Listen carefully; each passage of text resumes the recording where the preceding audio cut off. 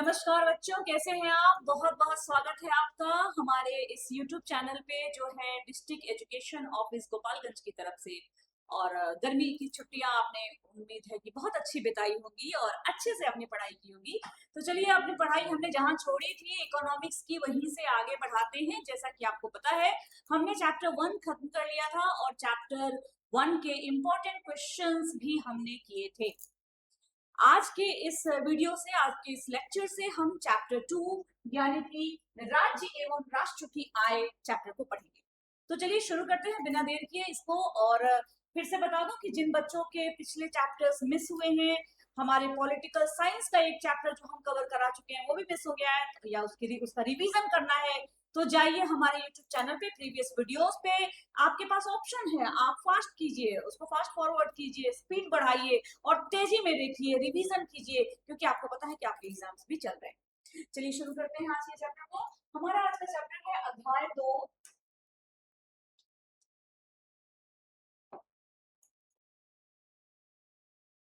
हमारा आज का चैप्टर है अध्याय 2, राज्य एवं राष्ट्र की आय यानी स्टेट एंड नेशनल इनकम।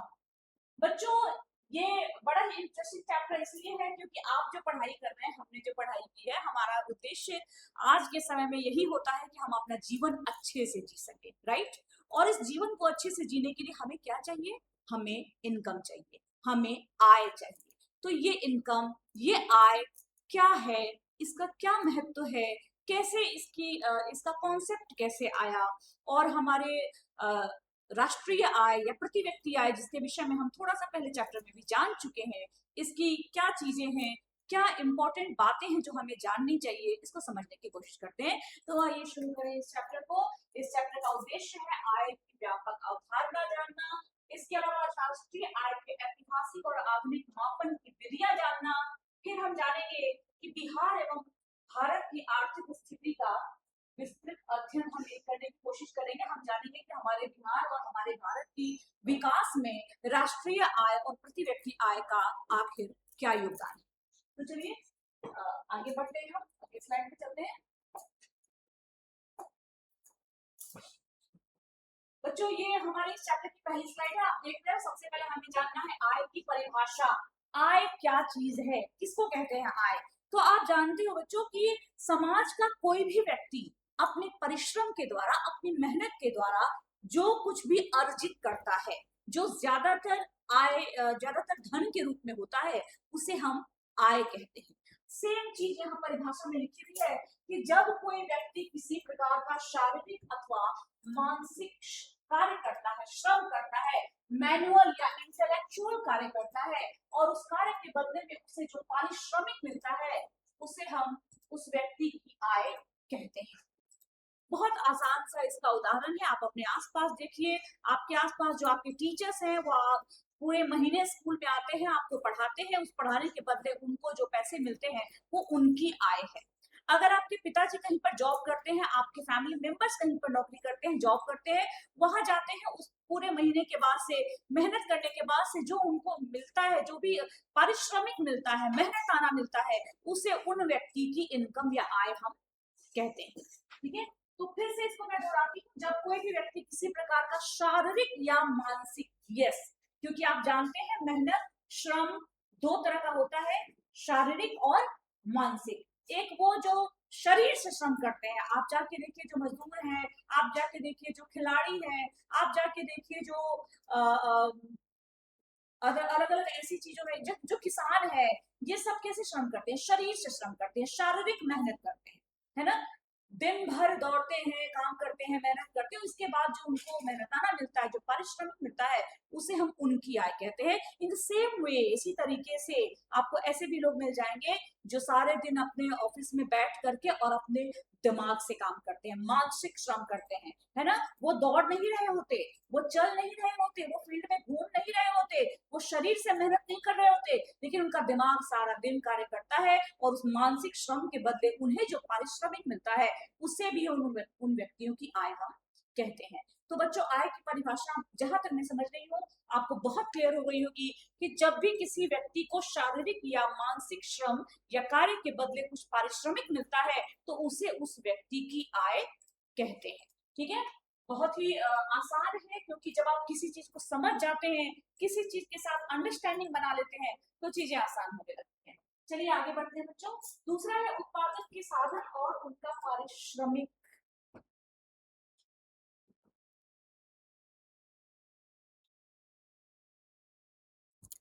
इसके बाद बच्चों जो हम दूसरी चीज देखेंगे, हम देखेंगे उत्पादन के साधन और उनका पारिश्रमिक।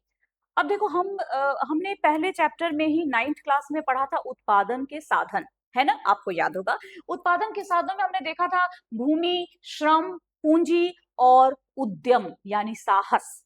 ठीक है, तो अब हम देखेंगे कि इन उत्पादन के साधनों के साथ उनके पारिश्रमिक का समन्वय कैसे बनता है। आइए इसको देखते हैं। अर्थशास्त्र में आय को किस तरीके से देखा जाता है, किन रूपों में देखा जाता है, इसके कुछ उदाहरण यहाँ लिखे हैं, इसके कुछ पॉइंट्स यहाँ लिखे हैं, इस पे ध्यान दीजिएगा।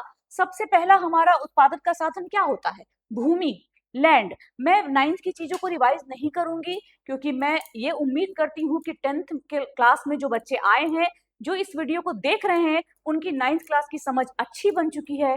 और अगर नहीं बनी है तो go to 9th class book और एक बार उसको देखिए, अपनी चीजों को रिवाइज कीजिए।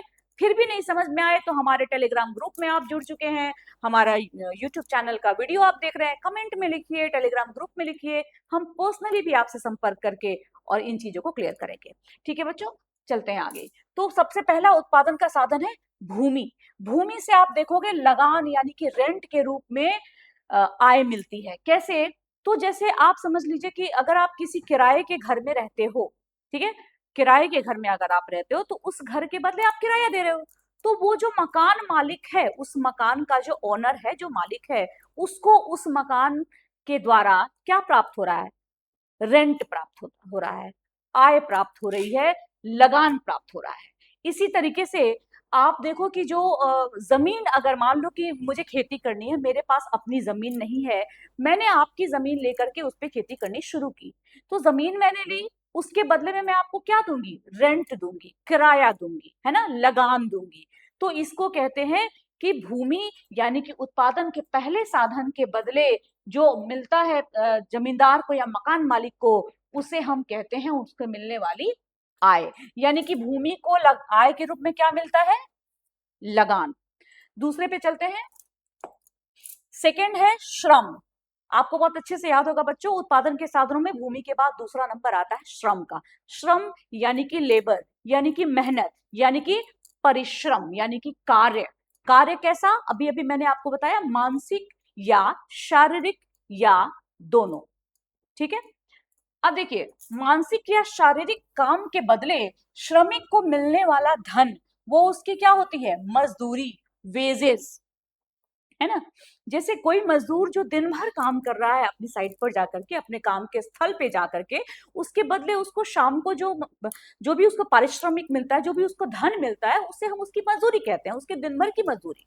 इसी तरीके से आपके टीचर्स, आपके जो किसी बड़ी कंपनी में रहने वाले जो भी लोग हैं, चाहे वो सीईओ हो, चाहे वो वहां का वर्कर हो, चाहे वो वहां का सुपरवाइजर हो, हर किसी को अपने काम करने के बदले, शारीरिक या मानसिक रूप से अगर वो एंगेज है वहां पे काम करने के बदले, अंत में जो एक, चाहे वो जैसे हर तरह का होता है ना, किसी किसी जगह पे दिन भर का पेमेंट मिला, कहीं पे होता है वीकली पेमेंट मिला, कहीं पे होता है मंथली पेमेंट मिला, तो वो जो पेमेंट यानी कि वो जो अर्जन होता है धन के रूप में, उसे हम उसकी मजदूरी कहते हैं, जो कि श्रम के बदले में मिलने वाली आय होती है।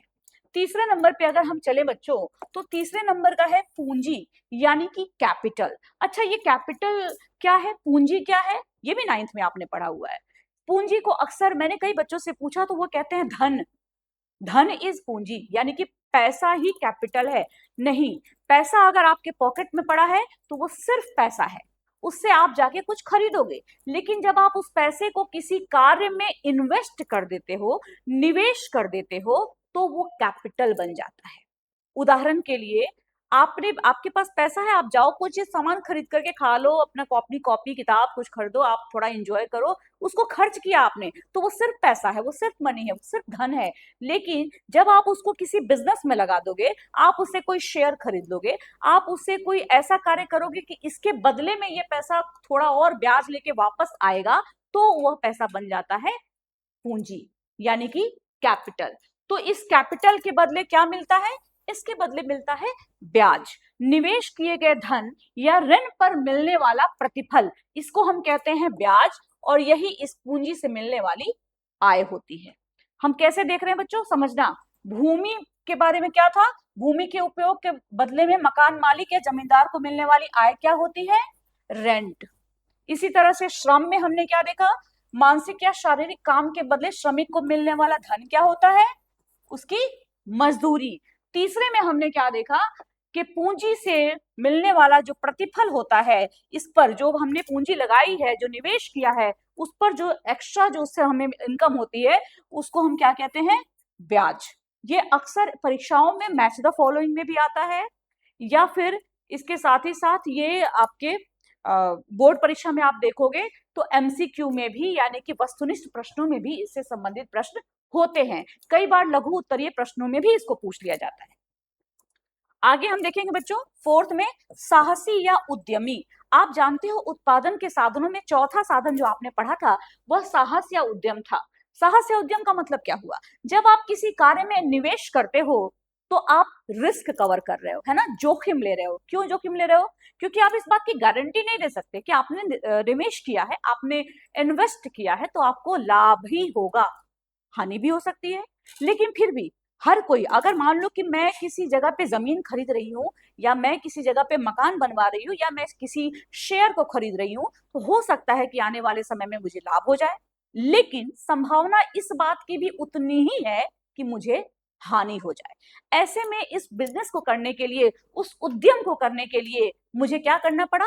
साहस दिखाना पड़ा, मुझे रिस्क कवर करना पड़ा।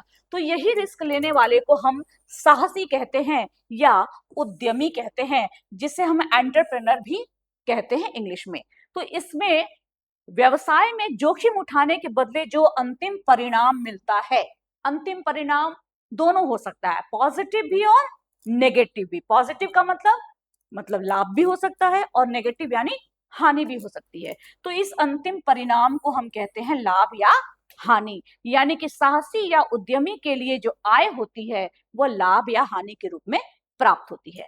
फिर से देखते हैं, भूमि के लिए जो आय होती है वह लगान के रूप में प्राप्त होती है, श्रम के लिए जो आय होती है मजदूरी के रूप में प्राप्त होती है, पूंजी से जो आय होती है ब्याज के रूप में, और साहसी या उद्यमी के लिए जो आय होती है वह लाभ या हानि के रूप में प्राप्त होती है। ठीक है बच्चों, अगले स्लाइड पे चलते हैं। मुझे उम्मीद है कि चीजें बहुत अच्छे तरीके से आप कवर कर रहे हो, बहुत अच्छे तरीके से आपको समझ में आ रहा है। अब देखिए, अब हमारा अगला टॉपिक है बिहार राज्य की आय और आर्थिक विषमता। क्योंकि आप देख रहे हो बच्चों कि हम भारतवासी हैं, और भारत के जिस प्रदेश में हम रहते हैं उसका नाम बिहार है ना। अपने मोहल्ले में जिस घर में हम रहते हैं वही हमारा घर है। तो अपने देश में जिस राज्य में हम रहते हैं वो हमारा प्यारा राज्य है, हमारा बिहार है। तो किसी भी चीज को पढ़ने के समय, जैसे आप देखते होंगे मैं अक्सर पढ़ाते हुए आपको उदाहरण देती हूँ, और वो उदाहरण ज्यादातर आपकी अपनी क्लास से, आपके स्कूल से, या आपके अपने परिवार से जुड़ा होता है ना। इसी तरीके से राष्ट्र और राज्य की आय की अवधारणा को समझने के लिए, इसके उदाहरणों को समझने के लिए हम अपने घर यानी कि अपने बिहार के बारे में थोड़ा सा जानेंगे। तो आइए चलते हैं। देखो, बिहार को भारत के, ये हालांकि अभी तक थोड़ा दुर्भाग्यपूर्ण है, लेकिन मेरे और आपके जैसे लोग हैं, हम जैसे लोग हैं जो आने वाले समय में इस विसंगति को दूर कर सकते हैं। कौन सी विसंगति? तो भारत के अत्यंत पिछड़े और बीमारू राज्यों की श्रेणी में गिना जाता है हमारे बिहार को आज के समय में। पिछले कुछ वर्षों से, कुछ दशकों से ये होता आया है।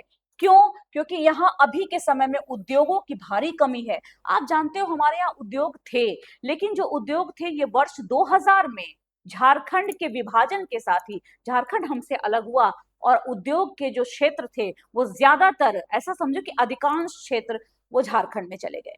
तो आज के समय में यहाँ उद्योगों की भारी कमी है, और 70 से 80% आबादी आज भी आजीविका के लिए पारंपरिक कृषि पर निर्भर है। देखो, एक तो कृषि पर निर्भर है, उसमें भी पारंपरिक कृषि पर निर्भर है।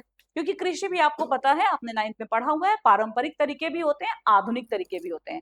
आधुनिक तरीके से की जाने वाली कृषि में लाभ अधिक होता है, उत्पादन अधिक होता है, और इसके जो परिणाम होते हैं विकास के क्षेत्र में राष्ट्र और राज्य के लिए वो भी बेहतर होते हैं। लेकिन हमारे बिहार के लिए अभी तक ये दुर्भाग्यपूर्ण है कि एक तो यहाँ 70 से 80% आबादी आज के समय में भी अपनी आजीविका के लिए कृषि पर निर्भर है और उसमें भी पारंपरिक तरीकों पर निर्भर है। ठीक है, अब यहाँ आप देखोगे कि बिहार में क्षेत्रीय असमानता बहुत ज्यादा है। अच्छा, ये क्षेत्रीय असमानता क्या है? क्षेत्रीय का अर्थ क्षेत्र के हिसाब से, और असमानता का अर्थ इनइक्वालिटी, इक्वल नहीं है, समान नहीं है। बिहार के जितने भी जिले हैं, मुझे पता है आप सभी के मुंह में आ गया होगा ये बोलने के लिए कि बिहार में 38 जिले हैं, तो जी हाँ, बिहार के सभी 38 जिलों की आर्थिक स्थिति एक समान नहीं है। इसमें प्रति व्यक्ति आय के स्तर पर भारी अंतर देखने को मिलता है, बहुत ज्यादा अंतर देखने को मिलता है। मैं आपको आगे के स्लाइड्स में इसके बारे में कुछ बताऊंगी। जिलेवार तुलना हम थोड़ी सी करते हैं, थोड़ा इसका आंकड़ा देखते हैं। तो बच्चों, सबसे अगर हम बात करें सर्वाधिक प्रति व्यक्ति आय, अच्छा यहाँ प्रति व्यक्ति आय में मैं बार बार बोल रही हूँ, आपने पिछले चैप्टर में प्रति व्यक्ति आय पढ़ रखा है ना? प्रति व्यक्ति आय क्या होती है, इसको आप जाइए दोबारा से देखिए। मैं एक लाइन में बता के आगे बढ़ूंगी कि जब हम किसी देश की या किसी राज्य की कुल आय को वहां की जनसंख्या से भाग देते हैं तो हमें जो आंकड़ा प्राप्त होता है उसे हम उस राज्य या उस राष्ट्र की प्रति व्यक्ति आय कहते हैं। आप आम बोलचाल की भाषा में इसे उस स्थान की औसत आय भी कह सकते हैं। ठीक है, तो प्रति व्यक्ति आय के हिसाब से अगर हम बात करें तो सर्वाधिक प्रति व्यक्ति आय वाला जिला कौन सा है? वह जिला है पटना। जी हाँ, हमारे बिहार की राजधानी पटना। बिहार की राजधानी होने, व्यापारिक केंद्र होने और सेवा क्षेत्र के अत्यधिक विस्तार के कारण यह सबसे समृद्ध जिला है ना? क्या कारण है पटना के प्रति व्यक्ति आय अधिक होने का? एक तो ये राजधानी है, दूसरा ये हमारे राज्य का व्यापारिक केंद्र है, महत्वपूर्ण केंद्र है, और तीसरा यहाँ पर सेवा क्षेत्र का अत्यधिक विस्तार है। आप कहेंगे सेवा क्षेत्र क्या? तो सेवा क्षेत्र हमने पढ़ रखा है बच्चों की अर्थव्यवस्था के 3 क्षेत्रक होते हैं, प्राथमिक, द्वितीयक और तृतीयक, जिसमें से तृतीयक क्षेत्र में सेवाओं का उत्पादन होता है और इसे हम सेवा क्षेत्र भी कहते हैं। सेवा क्षेत्र का विस्तार का मतलब हो कि पटना में आप जाइए तो किसी न किसी कार्य में लोग लग जाते हैं। बड़े शहर में जाओ तो जॉब के स्कोप्स बढ़ते हैं। क्यों? क्योंकि जॉब करने की संभावना बढ़ती है तो लोगों को जॉब मिलती है, यानी कि सेवाओं का उत्पादन अन्य जगहों की अपेक्षा थोड़ा अधिक होता है। आगे बढ़ते हैं। नेक्स्ट है न्यूनतम प्रति व्यक्ति आय वाला जिला। अब हमने सर्वाधिक तो देख लिया, कौन सा? पटना। न्यूनतम क्या है? तो शिवहर। शिवहर जिले का नाम आपने सुना होगा। ये भौगोलिक रूप से सबसे छोटा है, बिहार का ये सबसे छोटा जिला है शिवहर। तो भौगोलिक रूप से छोटा होने, उद्योगों की कमी और बाढ़ की समस्या के कारण यह राज्य का सबसे गरीब जिला है। बिल्कुल, जब अच्छा आप देखो कि जो आपके क्लास में जो बच्चा क्लास में टॉप करता होगा, वहां क्या होता है? उसके टॉप करने के पीछे भी कारण है। या तो वो मेहनत तो ज्यादा करता ही है, मेहनत के साथ साथ उसके पास संसाधन भी हैं। जो संसाधन उपलब्ध है उनका अच्छा उपयोग करता है, उसकी हैंडराइटिंग भी शायद अच्छी होगी, उसकी समझ भी अच्छी होगी, हो सकता है कि वो डिसिप्लिन हो और बहुत मेहनती हो, है ना? तो किसी भी चीज के पीछे कारण होते हैं। जिस तरह से पटना के सबसे समृद्ध जिला होने के पीछे क्या कारण है? कि ये बिहार की राजधानी है, ये व्यापारिक केंद्र है और सेवा क्षेत्र का यहाँ पर अत्यधिक विस्तार है। उसी प्रकार शिवहर जिले में क्या है कि ये भौगोलिक रूप से सबसे छोटा है, यहाँ उद्योगों की भारी कमी है और बाढ़ की समस्या यहाँ पे अक्सर ही बनी रहती है, जिसके कारण ये बिहार का सबसे गरीब जिला है और सबसे कम प्रति व्यक्ति आय यहाँ पर पाई जाती है। नेक्स्ट है क्षेत्रीय योगदान। अब देखो ये क्षेत्रीय योगदान का मतलब क्या हुआ? तो बिहार के राज्य आय में, बिहार का जो राज्य आय है इसमें तृतीयक यानी कि सेवा क्षेत्र का योगदान वर्तमान में सबसे तेजी से बढ़ रहा है, बहुत तेजी से। मैं बताऊं आपको तो 60 से 70% की तेजी से ये बढ़ता जा रहा है। क्या? आय में तृतीय क्षेत्र का योगदान। और जबकि प्राथमिक यानी कृषि क्षेत्र पर जनसंख्या का बोझ अभी सबसे अधिक है। अब इसको समझिएगा, आज के समय में बिहार की आय की बात हम करें तो इसमें सबसे ज्यादा हिस्सा किसका है? कृषि यानी कि प्राथमिक क्षेत्र का। लेकिन सेवा क्षेत्र का हिस्सा तेजी से बढ़ता चला जा रहा है। ठीक है, आगे बढ़ते हैं। अब हम जानते हैं थोड़ा सा विस्तार में राष्ट्रीय आय के विषय में। अब देखिए, राष्ट्रीय आय के विषय में आप जानते हो कि किसी भी देश में एक निश्चित समयावधि, जिसे हम एक वित्तीय वर्ष के रूप में सामान्य रूप से जानते हैं, यानी कि जो लगभग 1 अप्रैल से 31 मार्च के बीच में सामान्य रूप से माना जाता है, उसके भीतर उत्पादित होने वाली सभी अंतिम वस्तुओं और सेवाओं के कुल मौद्रिक मूल्य को राष्ट्रीय आय कहा जाता है। एक बार फिर से इसको समझिए, ये तो मैंने वो पढ़ा जो यहाँ लिखा है, इसको थोड़ी आसान भाषा में, थोड़ी सी हमारी व्यवहारिक भाषा में समझने का प्रयास करते हैं। कैसे समझेंगे इसको? तो किसी भी देश में एक निश्चित अवधि, एक समय निश्चित कर दिया गया है, वित्तीय वर्ष जिसको बोलते हैं, जो सामान्य रूप से 1 अप्रैल से 31 मार्च तक चलता है।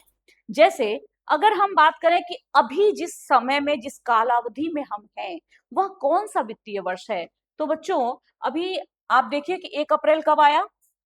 1 अप्रैल 2026 को एक वित्तीय वर्ष शुरू हुआ और ये कब तक चलेगा?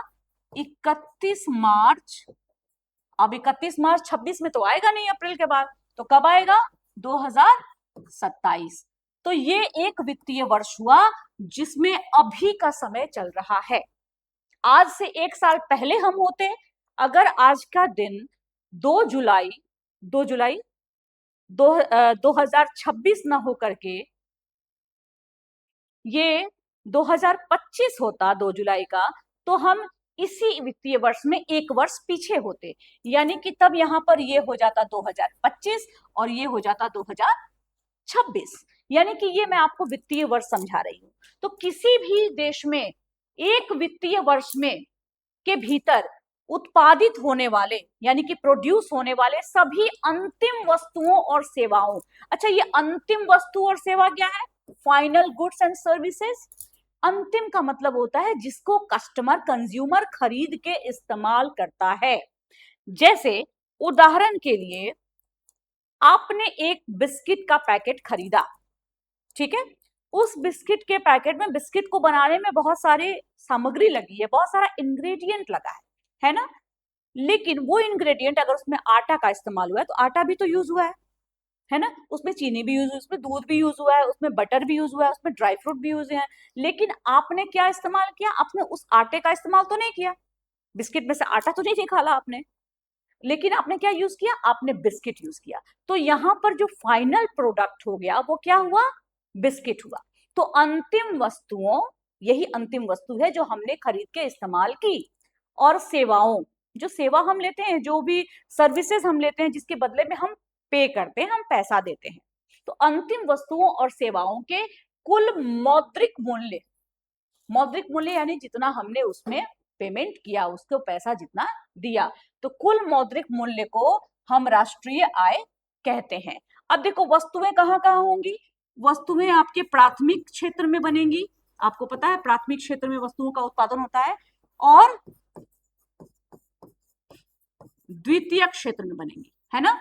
इन दोनों में वस्तुओं का उत्पादन हुआ, तो जिन प्राथमिक क्षेत्र की जिन वस्तुओं को लोग खरीद के इस्तेमाल कर रहे हैं, जिन जिन वस्तुओं को, वह प्राथमिक क्षेत्र की फाइनल वस्तु यानी कि अंतिम वस्तु हुई। द्वितीय क्षेत्र की जिन वस्तुओं को लोग खरीद के इस्तेमाल कर रहे हैं, वह द्वितीय क्षेत्र की अंतिम यानी कि फाइनल गुड, फाइनल प्रोडक्ट हुआ। तो प्राथमिक और द्वितीय क्षेत्र की अंतिम वस्तुओं और जो हम सेवाएं यूज करते हैं, उन सेवाओं के कुल मौद्रिक मूल्य को, यानी कि इसमें कितना खर्च किया गया उस साल में, 2026 के 1 अप्रैल से लेके 2027 के 31 मार्च तक, इस अवधि में प्राथमिक और द्वितीय क्षेत्र के अंतिम वस्तुएं जो थी, उनका कुल मूल्य कितना हुआ, कितने का खरीदा गया, और सेवाओं में कितना खर्च किया गया, इसके कुल योग को ही हम राष्ट्रीय आय कहते हैं। ठीक है, अगर आप अभी भी थोड़ा सा कंफ्यूजन हो रहा हो, 1-2 बार सुन लीजिए, मैंने बहुत डिटेल में बताया, आराम से सुनिएगा, रुक रुक के सुनिए, समझ आ जाएगा। ठीक है, अब ये जो राष्ट्रीय आय है, इसमें देखो यहाँ पे बात यह है कि कुछ शर्तें हैं शर्तें क्या है? तो सबसे पहली बात कि अंतिम वस्तुएं होनी चाहिए। इसका मतलब कि जो वो चीज का हमको यूज करना है, हमें जोड़ना है जो हमने खरीद ली, यानी लोगों ने खरीदी। अब कोई दुकान वाला खरीद के लाया है बीच में, उसको हम नहीं जोड़ेंगे, है ना। उस हमें क्या जोड़ना है? जो हमने खरीद के इस्तेमाल की। अगर किसी फैक्ट्री में कच्चा माल आया है, उससे सामान बना है, धागे से कपड़ा बना, कपड़ा हमने खरीद के इस्तेमाल किया, तो हमने जो खरीद के इस्तेमाल किया उसको जोड़ेंगे, उस धागे को नहीं जोड़ेंगे, है ना। उस धागे का मूल्य नहीं जोड़ेंगे। तो सबसे पहली शर्त है कि राष्ट्रीय आय की गणना में केवल अंतिम वस्तुओं के मूल्य को ही जोड़ा जाता है, ताकि कच्चे माल के मूल्य की दोहरी गणना से बचा जा सके। अब हमने धागा भी जोड़ लिया, उसी धागे से बना हुआ कपड़ा भी जोड़ लिया, तब तो वो डबल हो गया ना। नेक्स्ट है कि विदेशी आय का समावेश।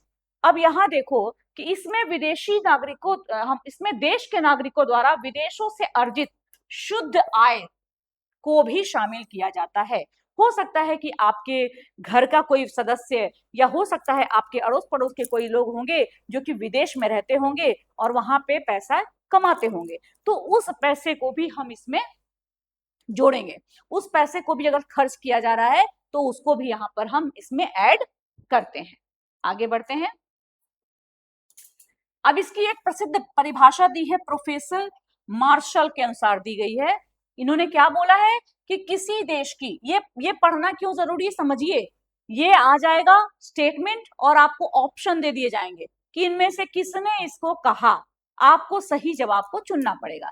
तो ध्यान दीजिए, प्रोफेसर मार्शल ने कहा है कि किसी देश की श्रम और पूंजी उसके प्राकृतिक संसाधनों पर कार्य करते हुए प्रतिवर्ष भौतिक और अभौतिक वस्तुओं और सेवाओं का एक शुद्ध समूह उत्पादित करती है। यही देश की वास्तविक राष्ट्रीय आय है। बात वही है जो मैंने आपको समझाई, थोड़ी क्लिष्ट अर्थशास्त्र की भाषा में बात कही गई है कि किसी देश की श्रम और पूंजी उसके प्राकृतिक संसाधनों पर कार्य करते हुए, यानी कि प्राकृतिक संसाधन से ही तो उत्पादन शुरू होता है, प्राथमिक क्षेत्र के उत्पादन, और फिर प्राथमिक क्षेत्र से द्वितीय क्षेत्र। तो इससे जो भी भौतिक और अभौतिक वस्तुएं उत्पाद होती हैं, सेवाएं उत्पादन होती हैं, इसी कुल समूह को, कुल जोड़ को हम वास्तविक राष्ट्रीय आय कहते हैं। इसको थोड़ा सा बस ये ध्यान रखिए कि इसको किसने कहा है? प्रोफेसर मार्शल ने कहा है। अब है प्रति व्यक्ति आय। इसके बारे में हम बहुत डिस्कस कर चुके हैं, ज्यादा डीप में जाने की आवश्यकता नहीं है। मैंने अभी भी कुछ मिनट पहले इसको बताया आपको कि किसी देश की कुल राष्ट्रीय आय में जब उस देश की कुल जनसंख्या से भाग दिया जाता है तो प्राप्त होने वाले भागफल को प्रति व्यक्ति आय या औसत आय कहते हैं। इसको इंग्लिश में हम कहते हैं पर कैपिटा इनकम। कई जगह पे शॉर्ट में आपको पीसीआई भी लिखा हुआ मिलता है। कई बार इससे संबंधित कुछ न्यूमेरिकल भी आ जाते हैं, कुछ गणितीय सवाल आ जाते हैं जिसमें आपके पास प्रति व्यक्ति आय होती है, इसमें आपके पास कुल आय होती है और जनसंख्या निकालने के लिए दिया जाए, या कोई दो आंकड़े होंगे और तीसरे को निकालने के लिए आपको कहा जाता है। आगे बढ़ते हैं। यहां देखो बच्चों, यहां गणितीय सूत्र का मैंने लिख रखा है, एक बार मैं इसको लिख दूं। इसका गणितीय सूत्र क्या है? कुल राष्ट्रीय आय में जब हम भाग देते हैं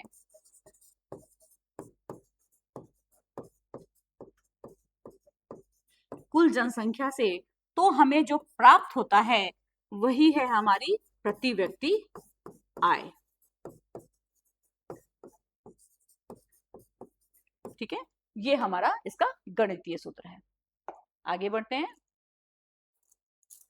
अब इसका महत्व क्या है? किसी भी देश के नागरिकों के वास्तविक जीवन स्तर को ये दिखाता है। आप सोच के देखिए कि अगर किसी व्यक्ति की किसी देश में लोगों की प्रति व्यक्ति आय, ऐसे समझो, मैं यहाँ पर दो परिवारों का आपको उदाहरण देती हूँ, उसके बाद ये समझाऊंगी, आसान हो जाएगा। किसी घर में, किसी फैमिली में 5 सदस्य हैं, ठीक है। दूसरी फैमिली में 10 सदस्य हैं, ठीक है। 5 सदस्यों वाली जो फैमिली है, इसकी कुल आय है 4,000 रुपए। 5 सदस्यों वाले परिवार की कुल आय है 4,000 रुपए, जबकि 10 सदस्यों वाले परिवार की कुल आय है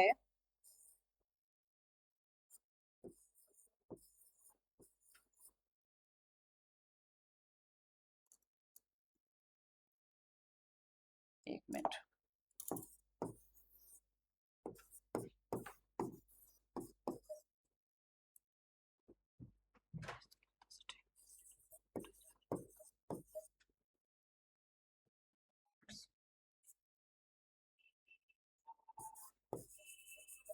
ये 5 सदस्यों वाले परिवार की कुल आय है 7,000 रुपए, 10 सदस्यों वाले परिवार की कुल आय है 8,000 रुपए, है ना।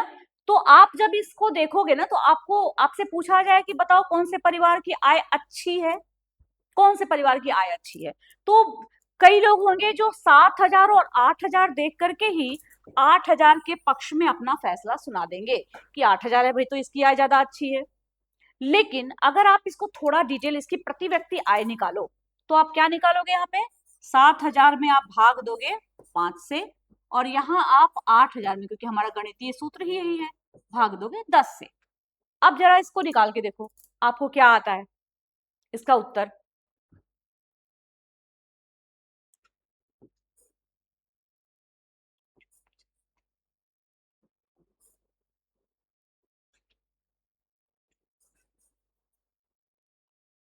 1,400 रुपए, ठीक है, 1,400 रुपए।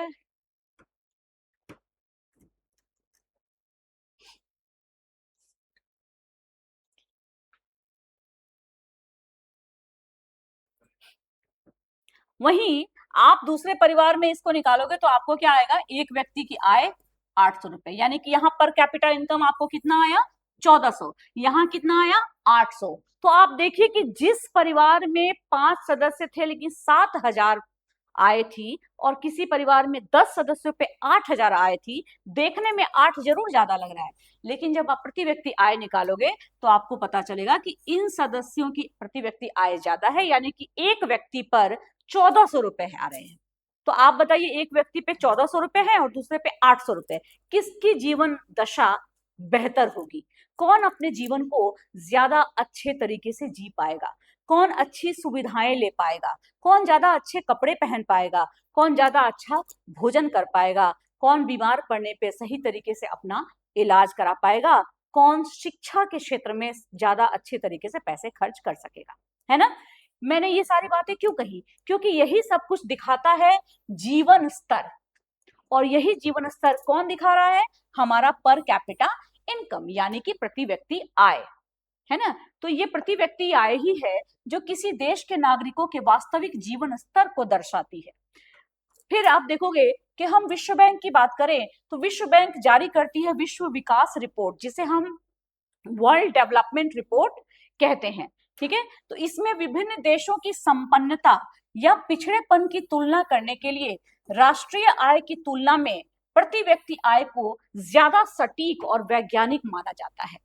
जो विश्व बैंक जारी करता है विश्व विकास रिपोर्ट, उसमें क्या होता है कि उसमें वो अलग अलग देशों के बीच में तुलना करते हैं कि कौन सा देश संपन्न है और कौन सा देश कुछ पिछड़ा है ना। तो इसमें ये राष्ट्रीय आय के बारे में ज्यादा नहीं देखते, उनको लगता है कि राष्ट्रीय आय से बेहतर है कि हम प्रति व्यक्ति आय को जाने, क्योंकि हर देश की जनसंख्या अलग अलग है। तो जब जनसंख्या अलग है, अभी आपने जो उदाहरण देखा उसके हिसाब से प्रति व्यक्ति आय भी उसमें भी बड़ा भारी अंतर दिखता है, और प्रति व्यक्ति आय के आधार पे हम ज्यादा सटीक समझ सकते हैं, सटीक अनुमान लगा सकते हैं कि उस देश के लोगों की जीवन दशा, जीवन स्तर कैसा होगा, संपन्नता कैसी होगी, ठीक है। अगली स्लाइड पे चलते हैं। अगली स्लाइड हमारी है राष्ट्रीय आय की प्रमुख अवधारणाएं। मैं बस इसको इस चीज को बताऊंगी, उसके बाद से उम्मीद करूंगी कि आप इसको पढ़ करके आए, ताकि अगले वीडियो में हम ज्यादा अच्छे से समझें। देखो, राष्ट्रीय आय की गणना और इसके वर्गीकरण को समझने के लिए 3 प्रमुख सूचकांकों का अध्ययन किया जाता है: सकल घरेलू उत्पाद, सकल राष्ट्रीय उत्पाद और शुद्ध राष्ट्रीय उत्पाद। बहुत ही आसान है, एक नजर में देखने में सारे के सारे एक जैसे दिखते हैं, लेकिन जब आप इसके अंतर को समझते हैं तो आपको पता चलता है कि तो बहुत आसान था, है ना, बट थोड़ा सा ट्रिकी है, समझने की बात है। ये जो है ना, घरेलू, राष्ट्रीय और शुद्ध, यही वो शब्द हैं जहां पर इन टर्म्स की, इन सूचकांकों की चाबी है, इनको समझने की चाबी है। कैसे, आइए देखते हैं। सकल घरेलू उत्पाद का मतलब होता है कि एक वित्तीय वर्ष आप समझ चुके हो बच्चों, किसी देश की, अगर हमने